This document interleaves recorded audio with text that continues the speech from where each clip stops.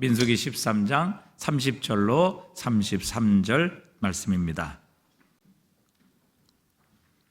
민수기 13장 30절로 33절 말씀입니다. 갈렙이 모세 앞에서 백성을 조용하게 하고 이르되 우리가 곧 올라가서 그 땅을 취하자 능히 이기리라 하나.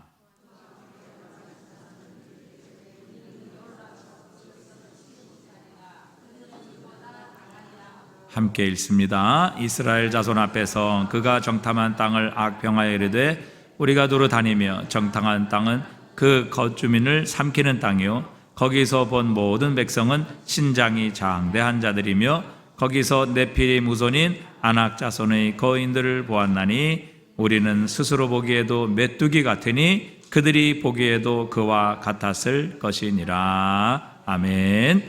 우리가 잘 아는 이스라엘 백성들의 결정적인 실패의 원인들을 우리에게 말씀하시는 장면이죠.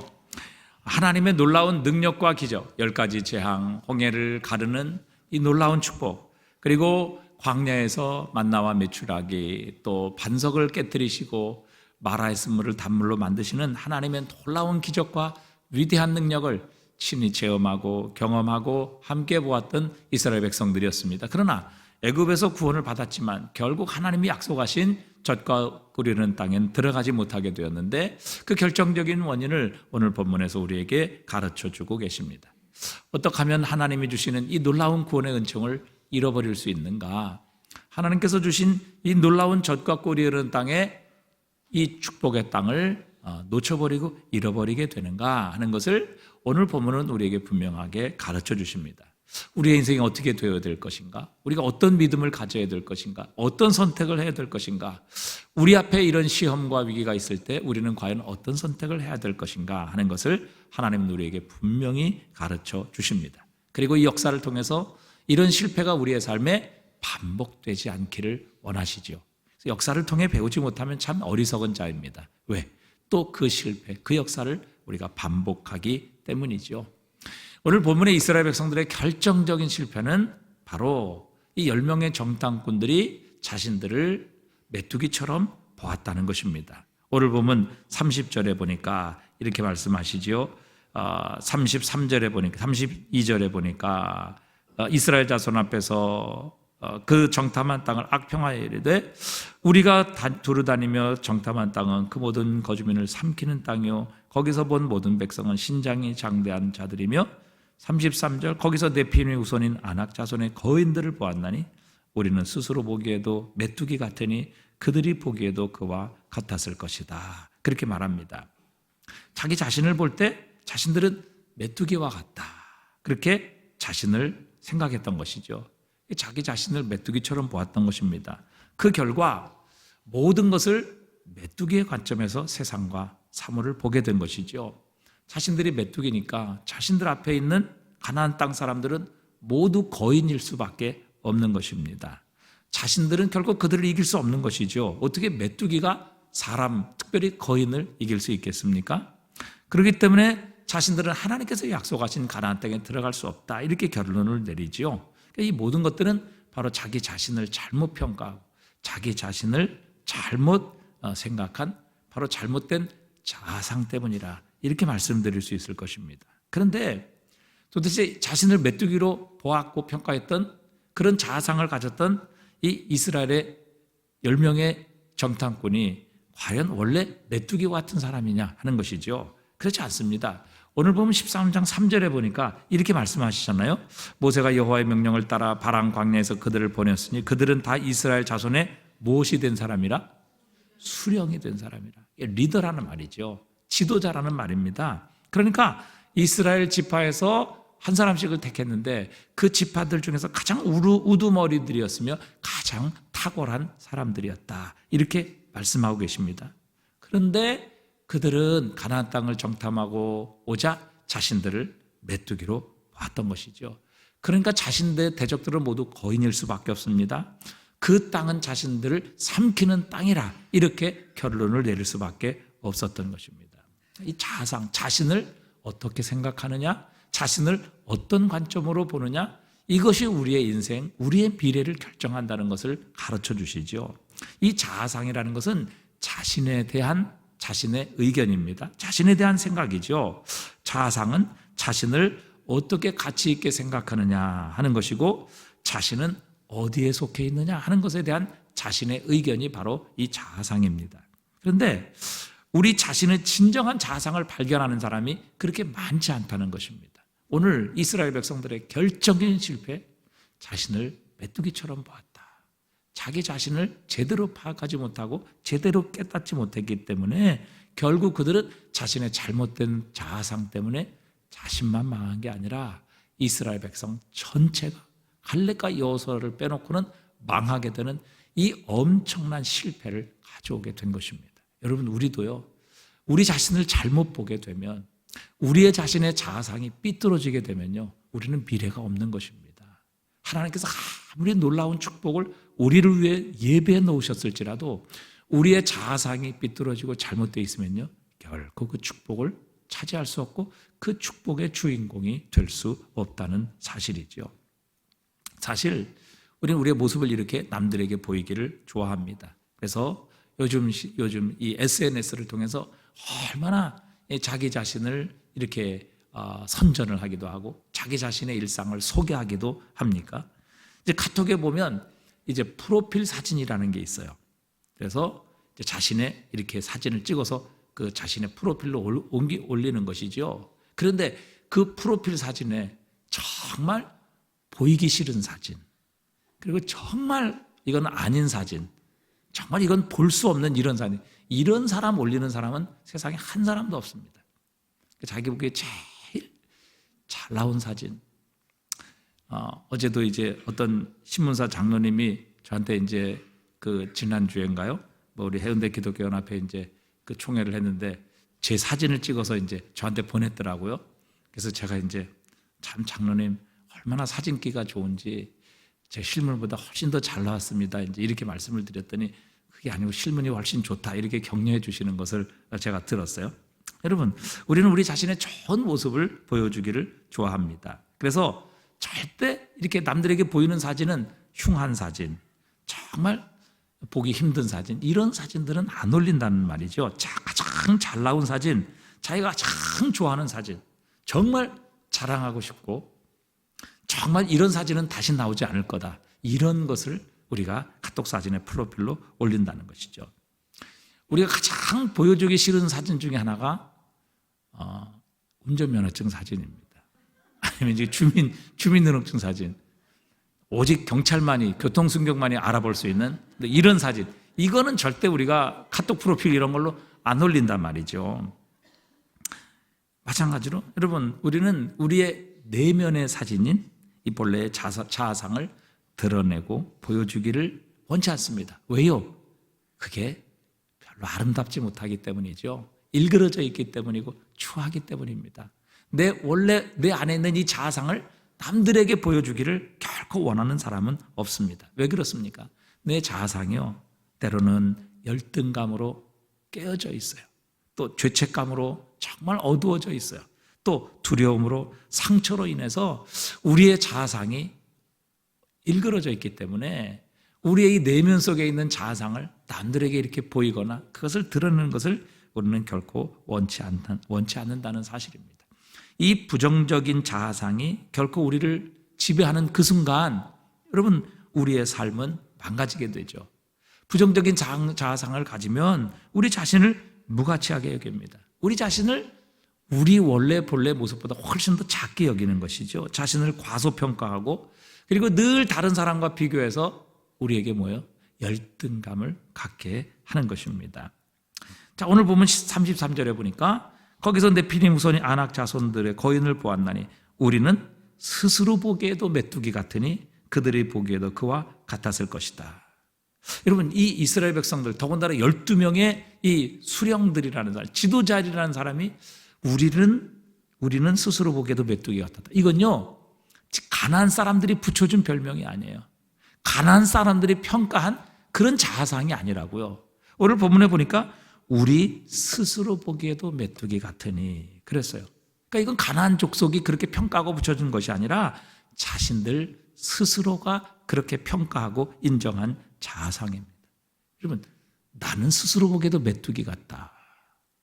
이건 큰 동물, 그 다음에 그래도 좀 이제 내놓을 만한 이런 것도 아니라 메뚜기다. 이건 너무너무 사실은 허접한 거 아니겠습니까? 이렇게 자기 자신을 메뚜기처럼 그렇게 평가하고 그렇게 인정하는 사람은요, 자신감이 있을 수 없습니다. 여러분, 새로운 일에 도전할 수가 없어요. 자신을 메뚜기라고 생각하고 그 메뚜기의 관점에서 모든 사람들과 사물을 볼 때 여러분, 어떤 사람이 두려움 없이 도전할 수 있겠습니까? 어떤 사람이 새로운 일을 시작할 수 있겠습니까? 그런 사람은요, 결코 도전할 수 없어요. 그리고 변화를 늘 두려워합니다. 그리고 그들의 언어는 늘 그거예요. 할 수 없다, 안 된다, 이런 말이에요. 그들의 언어란 말이죠. 그렇기 때문에 이런 자아상을 가지고 있는 사람들의 삶에는 어떤 하나님의 능력, 어떤 하나님의 변화가 찾아오기 너무 힘들다는 사실입니다. 그러나 긍정적인 자아상을 가진 사람들은요, 이렇게 자기 스스로가 자신을 메뚜기라고 평가하는 것이 아니라 하나님의 시각에서 자신을 바라볼 줄 압니다. 우리를 가장 잘 아시는 분이 바로 하나님이시기 때문이죠. 그래서 하나님의 관점으로 나를 평가하고 하나님의 시각으로 내 자신을 바라볼 수 있게 된다는 것이죠. 우리는 부족합니다. 우리는 능력이 없습니다. 그러나 그럴지라도 우리와 함께 하시는 하나님은 전능하신 하나님이시고 그분이 우리에게 능력을 주신다면 우리는 주님의 능력으로 어떤 것도 할 수 있다는 믿음을 갖습니다. 여러분, 하나님의 시각으로 우리의 자신을 보게 될 때 우리가 비록 부족하고 연약할지라도, 비록 때로는 죄를 범할지라도 여러분, 우리는 다시 한번 힘을 얻습니다. 자신감을 회복할 수 있게 되는 것이죠. 자, 14장 9절에 보면 갈렙과 여호수아가 이렇게 말합니다. 다만 여호와를 거역하지 말라. 또 그 땅 백성을 두려워하지 말라. 그들은 우리의 무엇이라? 먹이라. 그들의 보호자는 그들에게서 떠났고 여호와는 우리와 함께 하시느니라. 그들을 두려워하지 말라. 갈렙과 여호수아는 지금 가나안 사람들을 앞에서 그 가나안 사람들을 향해 그들은 우리의 먹이다, 그들은 우리의 밥이다, 이렇게 말하고 있습니다. 그 장애물인 가나안 사람들을 먹어 치우겠다는 겁니다. 집어 삼키겠다는 것이죠. 여러분, 이런 자신감이 어디서 나왔을까요?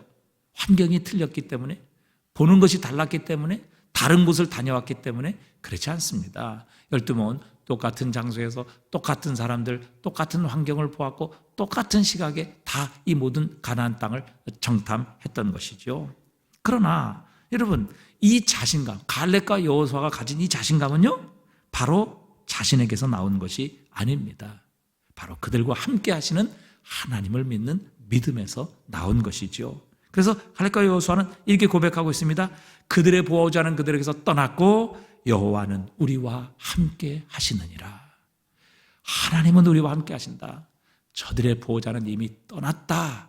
이런 하나님을 향한 신실한 믿음, 그리고 그분이 우리와 함께 하시고 그분이 우리와 함께 하신다면 저들은 우리의 먹이다 라고 그렇게 믿을 수 있는, 하나님의 관점에서 자신들을 바라볼 수 있는 믿음이 있었던 것입니다. 자신을 메뚜기라고 생각하는 사람이 무슨 일을 하겠습니까? 무슨 미래가 있습니까? 어떤 도전에 과연 응전할 수 있겠습니까? 과연 어떤 대적과 싸워서 승리할 수 있겠습니까? 여러분, 자신이 메뚜기다라고 그렇게 자아상을 규정하는 사람은요, 메뚜기가 할 수 있는 것밖에는 할 수 없는 겁니다. 왜? 자신을 메뚜기라고 하는데 무슨 일을 시도할 것이며 어떤 대적 앞에서 과연 도전할 수 있겠느냐 하는 것입니다. 하지만 하나님께서 우리와 함께 하신다. 이미 대적들의 신들은 떠나갔다.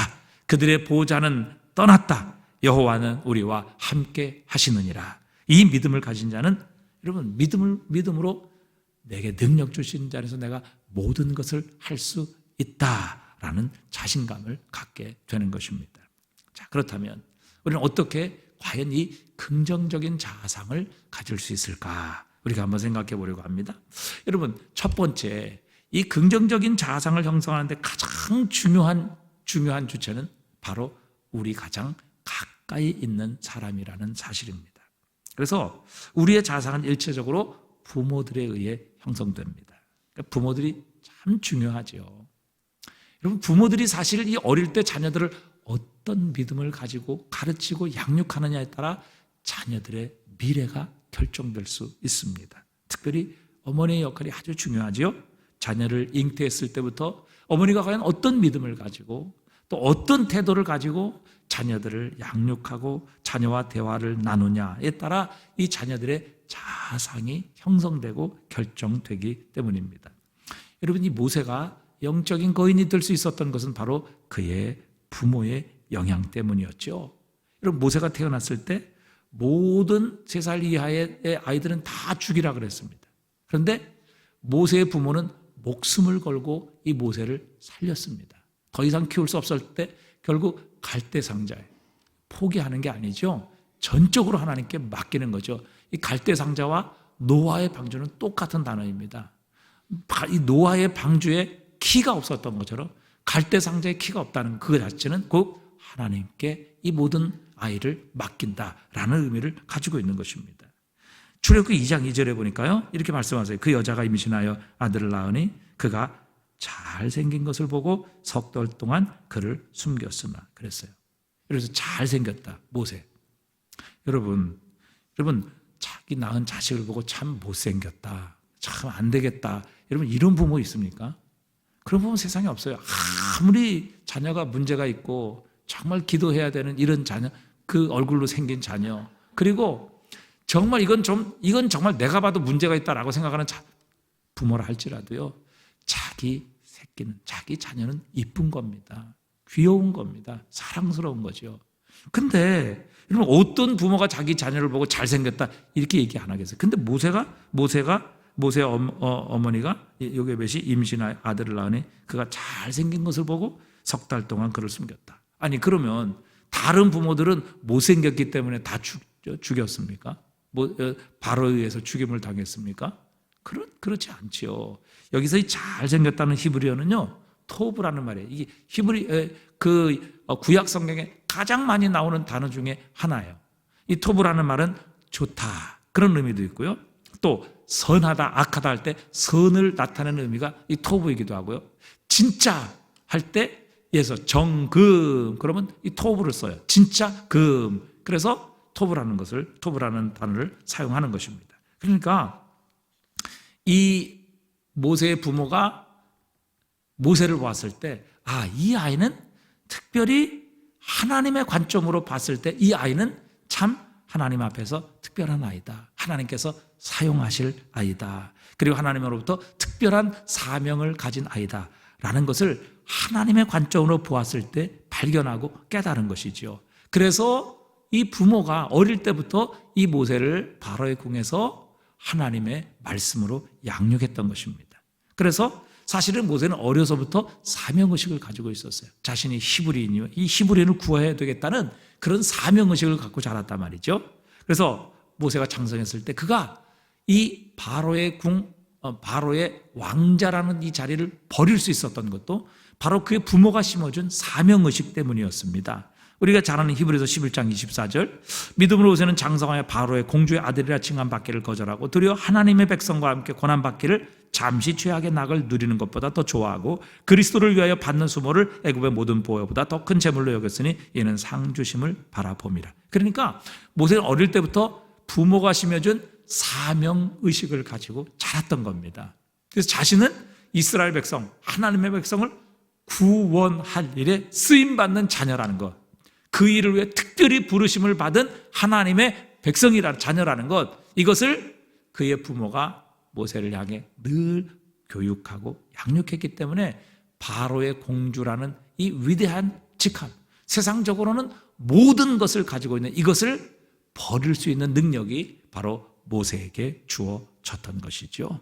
그래서 여러분, 우리 긍정적인 자상, 이것은 바로 가장 먼저 부모에 의해 형성되는 겁니다. 왜? 부모가 가장 큰 영향력을 미치는, 자녀에게 가장 큰 영향력을 미치는 사람이고 또 가장 가까이 있는 사람이기 때문에 그렇습니다. 여러분, 말씀드린 것처럼 세계 최고의 기업인 이 GE, General Electric라는 이 세계적인 기업으로 이끈 이 잭 웰치라는 사람, 어린 시절에 말더듬이었다고 그랬죠. 그런데 엄마가 이 잭 웰치를 향해서, 야, 너는 그 나이에 말도 제대로 못하니 너 뭐에 써먹을래? 이렇게 아마 비난하고 야단쳤다면 이 재계일치는 정말 주눅들었고 아마 그 부모에 의해서 자상은 깨졌을 것입니다. 그런데 그 엄마가 이 아들을 향해서 이렇게 얘기를 했어요. 아들아, 네가 말을 더듬는 것은 네 머리가 너무 좁기 때문에 내 혀가 그걸 따라갈 수가 없어서 그러는 거야. 이렇게 긍정적인 말로 그 아들에게 자신감을 심어줬습니다. 그러니까 재계일치는 결국 어머니의 말을 믿고 자기 자신의 자아상을 그렇게 만들어 갔던 것이죠. 그래서 결국 그 믿음으로 그는 세계 최고의 기업 중에 하나인 이 제너럴 일렉트릭스의 최고 회장의 자리에 오를 수 있었던 것입니다. 그래서 여러분, 부모가 자녀들을 잘 대해 주어야 합니다. 부모는 자녀들에게요, 어릴 때부터 무조건적인 사랑을 받는 대상이라는 것을 자녀들이 확신할 수 있어야 합니다. 그렇게 될 때 이 자녀들이 자라나서 하나님도 그런 분이시라는 것, 우리에게 은혜를 베푸시고 우리를 사랑하시는 분이시라는 것을 자녀들도 그것을 쉽게 받아들일 수 있는 겁니다. 그렇지 않고 이런 부모에게 학대당하고 또 체벌당하고 부모로부터 늘 비난당하고 또 부모로부터 버림받고 이런 아이들은요, 나중에 자라게 되면 하나님 아버지를 믿고 영접할 때도 참 하나님 아버지를 성경에 기록된 사랑의 하나님, 우리의 죄를 용서하시는 하나님, 우리를 위해서 자신의 자식까지 내어주시는 그 하나님 아버지를 자신의 아버지로 받아들이기가 힘들어지는 겁니다. 왜요? 아버지 그러면 자신이 경험했던 아버지의 이미지가 있기 때문에 하나님도 그런 분으로 생각을 하는 겁니다. 늘 죄를 찾아 징벌하시고 늘 나에게 멀리 떨어져 계시며 또 죄 있으면 찾아오셔서 나를 심판하시는 그런 아버지로 하나님도 생각할 수 있게 만드는 것이죠. 그래서 부모들은 자녀들을 욕하거나 저주하지 말아야 합니다.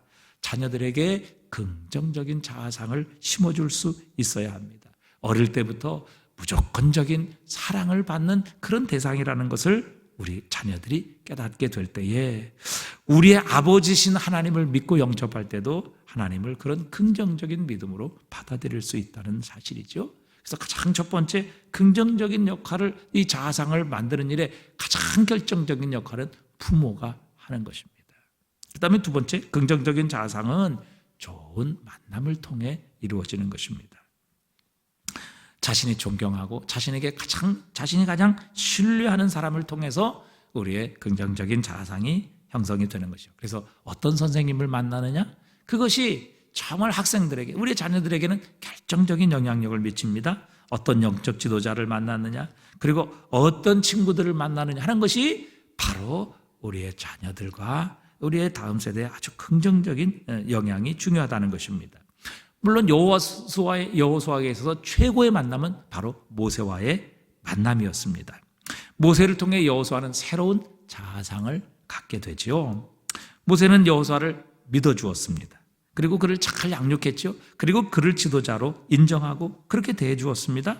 우리 이미 살펴본 대로 모세는 여호수아에게 새로운 이름을 줍니다. 13장 16절에 보니까 이는 모세가 땅을 정탐하러 보낸 자들의 이름이라 모세가 눈의 아들 호세아를 여호수아라 불렀더라. 그런데 12명의 쭉 정탐꾼이 있는데 다른 사람에게는 그렇게 이름을 바꿔준 적이 없어요. 그렇게 명칭을 한 적이 없다고. 근데 오직 여호수아만 호세아를 여호수아로 바꾸어 불러주는 이런 특별한 혜택을, 특별한 은혜를 여호수아에게 베풀어 주는 것을 보게 됩니다. 그러니까 여호수아가 이 12명의 사람들 가운데 특별히 이 호세아라는 사람에게 여호수아라는 새 이름을 부여하면서 여호수아는 그것을 통해 새로운 자아상을 형성하기 시작했던 것입니다. 하나님은요, 우리의 삶을 변화시켜 줄 때 이름을 바꿔주신 경우들이 참 많습니다. 아브람도 아브라함으로 바꿔주셨고 또 사레도 사라로 바꿔주셨습니다. 이 사레라는 것은 사실 통치자, 지배자라는 의미를 갖는데 이건 자기 중심적인 의미를 가지고 있습니다. 즉 그녀 자신이 중심이 되어 자신의 지배자, 자신의 통치자라는 뜻입니다. 그래서 이 사레였을 때 자식이 생기지 않자 여종 하갈을 통해서 스스로가 이 문제를 해결하려고 합니다. 하나님께 기도했다거나 하나님 의지했다거나 약속을 믿었다 그런 말이 없어요. 자기 스스로가 통치자가 되어서 자기의 문제를 스스로 해결하는 이런 사례의 모습을 보여줍니다. 그래서 하가를 통해서 아이를 낳게 했죠. 또 하나님께서 아들을 주시겠다 이렇게 사례를 찾아오셔서 말씀하셨을 때 사례는 웃습니다. 그 웃음은 감사의 웃음이 아니라 일종의 빈정거림의 웃음이었죠. 내 나이가 지금 90인데 그리고 우리 남편의 나이가 100세인데 어떻게 우리가 아이를 낳을 수 있겠는가? 그러니까 하나님의 약속의 말씀을 듣고 사라는 웃었던 것입니다. 그런데 하나님께서는 그런 사라의 비웃음을 진짜 웃음으로 만들어주셔서 웃음이라는, 기쁨이라는 이삭을 그의 품에 안게 해 주십니다. 참 하나님 아주 유머스러우신 분이신 것 같아요. 웃었더니 그 웃음을 진짜 웃음으로, 비웃음을 진짜 웃음으로 바꿔주시는 그런 놀라우신 하나님이시라는 것입니다. 자, 이 모든 것은 사례가 자신의 힘과 능력 안에서 이 모든 것을 해결하려는 자기 중심적인 지배자를 의미하지만 사라라는 것은 하나님의 통치와 다스림을 받는 하나님께서 그녀의 지배자여 주인이시다라는 의미를 가지고 있습니다. 그러니까 사례를 사라로 바꿔주시죠. 근데 그 이름을 바꿔주신 후에 그의 삶에는 놀라운 하나님의 통치와 능력이 임하게 하셨습니다. 창세기 17장 15절에 보니까 하나님이 또 아브라함에게 이르시되 내 아내 사례는 이름을 사례라 하지 말고 사라라 하라. 내가 그에게 복을 주어 그가 내게 아들을 낳아주게 하며 내가 그에게 복을 주어 그를 여러 민족의 어머니가 되게 하리니 민족의 여러 왕이 그에게서 나리라. 이렇게 말씀하십니다. 그러니까 하나님께서 그의 삶을 바꿔주시고 그의 인생의 터닝포인트를 주실 때는 때로 이렇게 그의 이름을 바꿔주시는 경우들이 참 많아요. 야곱도 이스라엘로 하나님께서 바꿔주셨죠. 사울도 바울로 하나님이 바꿔주십니다. 이렇게 이름이 바꿔주시죠. 자, 여러분 우리는 사실 이전에 죄인이었습니다. 죄로 말미암은 하나님의 심판과 저주의 대상이었죠. 그런데 하나님께서는 우리의 삶을 바꾸어 주셨습니다. 골로새서 1장 13절에 그가 우리를 흑암의 권세에서 건져내사 그의 사랑의 아들의 나라로 옮기셨으니, 사실 우리는 어둠의 나라에 속한 어둠의 자식들이었죠. 죽어 마땅한 존재들이었습니다. 하지만 이제 그리스도 예수 안에서 우리를 하나님은 새로운 피조물로 만들어 주셨습니다. 어찌 보면 그리스도 예수의 십자가로 우리 모두는 우리의 이름이 바뀌었다, 이렇게 볼 수 있을 것입니다. 그래서 고린도후서 5장 17절에도 그런즉 누구든지 그리스도 안에 있으면 새로운 피조물이라. 이전 것은 지나갔으니 보라 새 것이 되었도다. 우리에게 선언하십니다. 그렇게 우리 모두는 그리스도 예수 안에서 이름이 바뀐 사람들입니다. 우리는 더 이상 어둠의 자녀들이 아닙니다. 우리는 빛의 아들들입니다. 우리는 더 이상 마귀와 사탄의 자녀들이 아닙니다. 우리는 하나님의 자녀입니다. 우리는 왕 같은 제사장들입니다. 우리는 하나님의 사랑받는 자녀라는 새 이름을 그리스도 예수로 말미암아 받게 되었습니다. 그렇기 때문에 우리는 이 새 이름을 불러줘야 되고 또 이 새 이름을 내 자신을 향해 반복해서 선포할 필요가 있습니다. 여러분 심리학에 보면 피그말리온 효과라는 것이 있습니다. 여러분 들어보신 적이 있을 텐데 이 피그말리온 효과는 무엇인가 사람의 믿음, 기대, 예측이 그 사람에게 그대로 이루어진다는 것입니다. 그러니까 무언가 우리가 그 사람을 기대하고 또 그 사람에 대해서 예측하고 그 사람에 대해서 신뢰하고 믿으면 진짜 그 사람이 그렇게 바뀌어가고 변화간다는 것이죠. 그래서 미국의 교육심리학자인 로젠탈이라는 사람이 이제 실험을 한 겁니다. 학생을 두 그룹으로 나눠서 실험을 했어요. 이쪽 그룹에는 아무 말도 하지 않고 그냥 무작위로 선택을 한 것이죠. 그래서 그 무작위로 선택한 사람들을 두 그룹으로 그냥 나눈 거예요. 이쪽에는 아무 말도 하지 않고 또 이쪽 그룹에는 너희들은 특별한 아이들이다. 너희들은 성적이 좋은 아이들이야. 넌 특별히 선택된 아이들이라. 이런 것들을 암시적으로 이야기를 한 겁니다.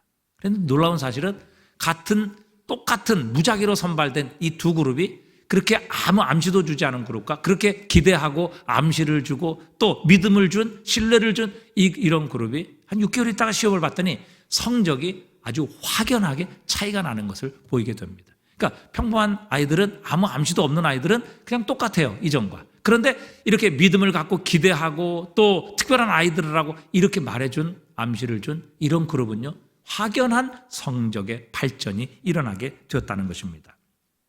그러니까 이게 피그말리온 효과라는 것이죠. 그러니까 아무 암시도 하지 않은 그룹보다 너희는 특별하다, 너희는 머리가 똑똑하다, IQ가 좋다, 이렇게 암시를 준 그룹이 훨씬 더 성적에서 큰 성과를 거뒀다는 것입니다. 이 와튼 스쿨의 마케팅 교수인 이 조나 버거라는 사람은 보이지 않는 영향력이라는 책에서 이렇게 말을 했어요. 원자들이 서로 반응하듯이 우리의 모습과 행동은 끊임없이 사회적 상호작용에 반응하면서 만들어진다, 이렇게 얘기를 했어요. 그러니까 한마디로 요약하면 그겁니다. 우리의 모습은 상호작용에 의해서 만들어진다는 거예요. 그러니까 우리가 어떤 사람이 내 옆에 있느냐, 내가 어떤 사람을 만나느냐에 따라 우리의 자신이 거기에 영향을 받아서 우리의 삶도, 우리의 생각도 바뀌고 변화된다는 것이죠. 보이지 않는 영향력이라는 거예요.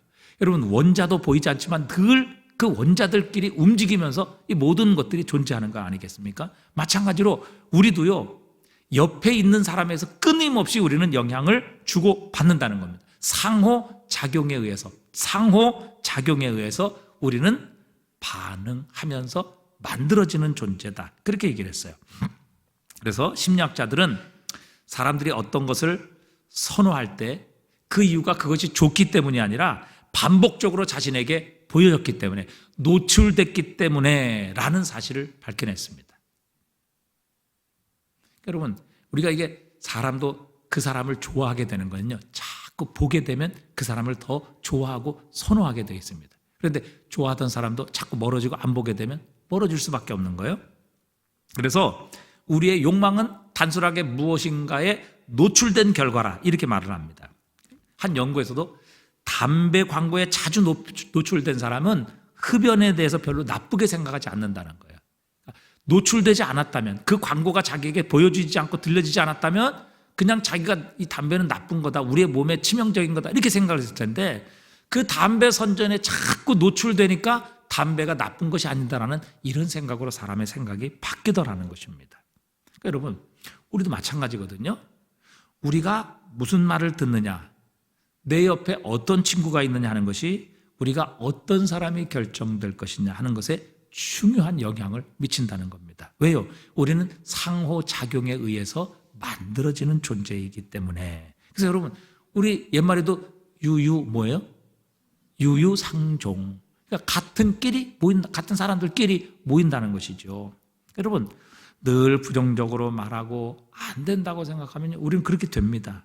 우리의 생각과 몸이 안 되도록 그렇게 준비되고 그런 결과를 맞이하기 때문에 그렇죠. 여러분, 이스라엘 백성들 보십시오.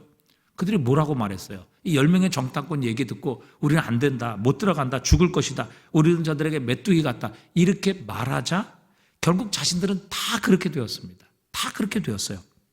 물론 하나님께서 그렇게 하셨지만 그런 자아상, 그런 믿음을 가졌기 때문에 그렇게 된 것이지, 그들이 하나님을 향해 믿음을 가졌다면 결코 그들은 메뚜기처럼 그렇게 짓밟히고 광야에서 죽지 않았을 거예요. 그렇기 때문에 여러분, 우리는 상호작용에 의해서 만들어지는 존재입니다. 내가 어떤 사람을 만나느냐, 내 곁에 어떤 사람이 있느냐, 내 곁에 어떤 친구를 두고 있느냐, 그것이 내가 어떤 사람이 될 것인가 하는 것을 결정하는 아주 중요한 요소라는 것입니다. 무엇보다 여러분, 부정적인 영향력은 긍정적인 영향력보다 우리에게 훨씬 더 강하고 치명적인 영향을 미칩니다. 왜 그래요? 우리가 가진 죄성 때문에 그렇습니다. 그래서 여러분, 우리도 마찬가지입니다. 우리 교회도 마찬가지예요. 우리 교회는 좋은 교회다, 우리가 이렇게 말하고 우리가 그렇게 신뢰하고 그렇게 믿고 그렇게 사람들에게 얘기하면 우리 교회는 점점 그렇게 되어가는 겁니다. 우리 교회는 하나님께서 축복하시는 교회다, 우리 모든 교회 성도들은 참 착한 성도들이다, 좋은 성도들이다, 여러분 스스로에게 그렇게 말하고 남들에게 그런 기대를 주게 되면 결국 우리의 모습도 그런 모습으로 날마다 변화되어 간다는 것입니다. 그러니까 서로 긍정적인 말을 하고 또 축복의 말을 하며 격려를 하고 믿음의 말을 하게 될 때 그것이 뭐예요? 상호작용을 일으켜서 우리도 그런 모습으로 바뀌어가고 변화된다는 것이죠.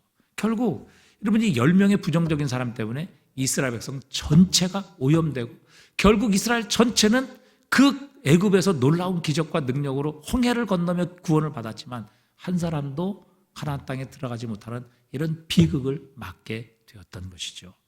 그러니까 아마 10명, 12명의 정탐꾼이 모두 갈렙과 여호수아처럼 정말 믿음을 가지고 하나님은 우리와 함께 하신다. 저들의 보호자는 떠났다. 저들은 우리의 밥이다. 하나님이 약속하셨기에 반드시 하나님이 이루시리라. 하나님이 우리와 함께 하신다. 이 믿음을 가지고 백성들에게 선포했다면 아마 백성들은 1년 만에 100% 다 그 가나안 땅의 주인공이 되었을 것입니다.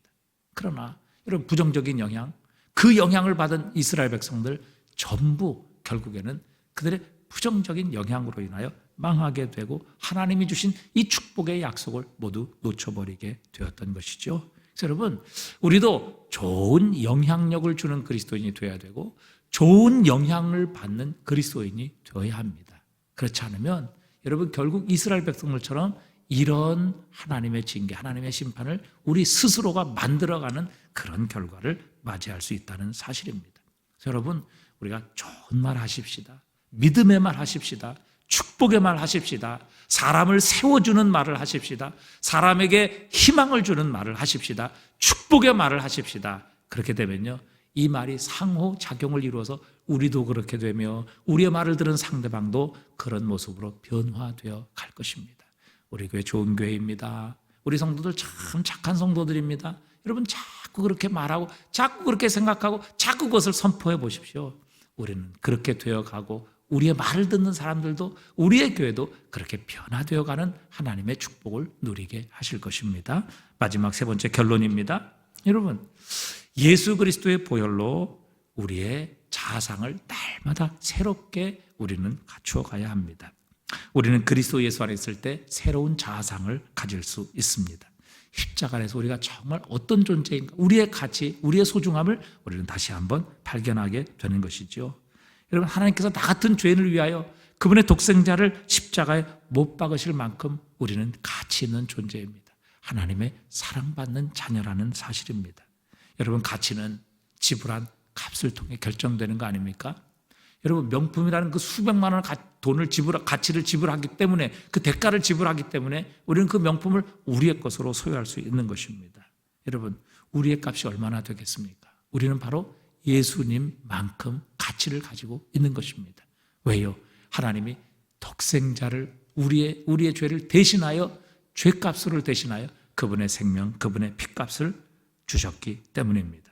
하나님께서 우리를 예수님의 생명, 예수님의 피값을 대신 지불하시고 우리를 죄와 사망과 저주에서 사셨기 때문입니다. 저와 여러분은 그만한 가치를 지니고 있는 하나님의 아들, 딸들입니다. 고린도전서 6장 19절입니다. 우리 한번 읽어보겠습니다. 너희 몸은 너희가 하나님께로부터 받은 바 너희 가운데 계신 성령의 전인 줄을 알지 못하느냐? 너희는 너희 자신의 것이 아니라. 여러분, 우리는 예수 그리스도 안에 있을 때 우리는 하나님의 능력을 공급받게 하십니다. 로마서 8장 37절에도 그러나 이 모든 일에 우리를 사랑하시는 이로 말미암아 우리가 넉넉히 이기느니라. 바울은 선언합니다. 그럼 우리가 뭔데 세상을 이깁니까? 그래서 빌립보서 4장 13절에 바울은 그렇게 고백했어요. 내게 능력 주시는 자 안에서 내가 모든 것을 할 수 있느니라. 여러분, 이 바울의 자신감은 결코 자신에게서 나온 게 아닙니다. 자신의 능력을 신뢰한 것도 아니고요, 그가 교만해서 그렇게 말한 것도 아닙니다. 그의 자신감은 그의 능력의 뿌리가 바로 전능하신 하나님이신 우리 주 예수 그리스도에게 있음을 확신했기 때문입니다. 여러분, 우리는 절대 메뚜기가 아닙니다. 우리 주 예수 그리스도의 십자가로 말미암아 하나님의 형상을 회복한 하나님의 아들, 딸들이며 하나님께서는 그의 독생자를, 그의 생명을 우리 대신 값으로 지불하시고 우리를 죄악과 영원한 죽음에서 사실 정도로 하나님은 우리를 가장 보배롭고 존귀하게 여기시는 하나님의 아들, 딸들입니다. 십자가를 통해 우리를 향한 하나님의 사랑을 의심할 수 없이 확증해 주셨습니다. 그러기에 오늘도 저와 여러분이 그리스도 예수 안에서 새로운 자상을 회복한다면 우리는 이스라엘 백성들처럼 이런 실패를 반복하지 않게 될 것입니다. 이 저녁에 하나님 그리스도 예수의 십자가 안에서 다시 한번 내 자상이 바뀌게 하여 주시옵소서. 내 자상이 새로워지게 하여 주시옵소서. 이렇게 기도하는 시간 되실 수 있기를 바랍니다. 우리의 자아상이 정말 갈렙과 여호수아처럼 하나님에게 뿌리를 내린 하나님의 관점으로 그리스도 예수의 십자가를 통해 우리의 자신을 바라보는 이런 관점으로 내 자아상이 바뀌고 변화될 때 우리의 삶도 하나님의 승리와 하나님의 능력으로 가득 채워지게 하실 줄 믿습니다. 갈렙과 여호수아와 같이 하나님의 약속을 우리의 축복으로 누리며 약속하신 땅의 주인공으로 서게 되는 이 놀라운 은혜를 주실 줄 믿습니다. 오늘도 하나님 십자가 안에서 나의 자아상이 새로워지게 하여 주시옵소서. 변화되게 하시고 바뀌게 하시고 하나님의 관점으로 내 자신을 볼 수 있는 믿음의 눈을 열어 주시옵소서. 그래서 하나님이 약속하신 이 하나님의 능력과 승리로 우리의 삶이 가득 채워지는 역사가 일어나게 하여 주시옵소서. 이렇게 기도하셔서 오늘도 이 새벽 우리의 변화된 자아상을 통해 하나님께서 주시는 승리와 능력을 맛보는 저와 여러분 되실 수 있기를 주님의 이름으로 축복합니다.